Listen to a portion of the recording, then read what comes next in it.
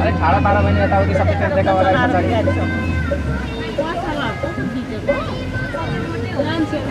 बाटो हो नि भाइ बहिनी त्यहाँसम्म घेरेसम्म